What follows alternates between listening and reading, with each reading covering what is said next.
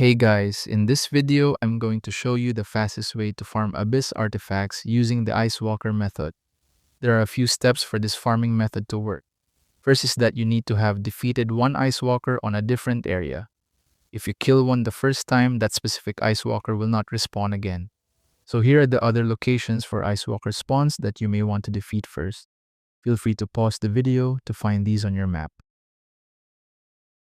We will be focusing on one specific spot since it is the fastest, but don't worry, this method works for any other Icewalker that you haven't defeated yet.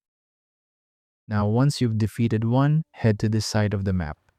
This is to the right of the word Wayward Woods in Peilun, and you need to make sure to activate the Nexus first before doing anything. Now, the way this works is that we are trying to defeat the Icewalker right beside this Nexus. It'll dismantle after you try to pull out the core twice, which then you can attack and defeat it. Observe how my experience bar fills up once I defeat the Icewalker. After defeating it, immediately run back and stand on top of the Nexus, then teleport right at the same spot.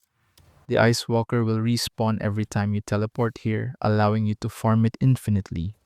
Defeating one Icewalker will reward you with a massive 35% experience every time, and they are very easy to defeat. You can even equip experience gain bonus gears to make this farming method even faster. Make sure to not save after defeating the Icewalker, or this will make it despawn after you teleport. Teleport using the Nexus first, then save afterwards so you won't lock yourself out from this farming method. And that is the fastest way to farm Abyss artifacts using the Icewalker method. Thank you so much for watching.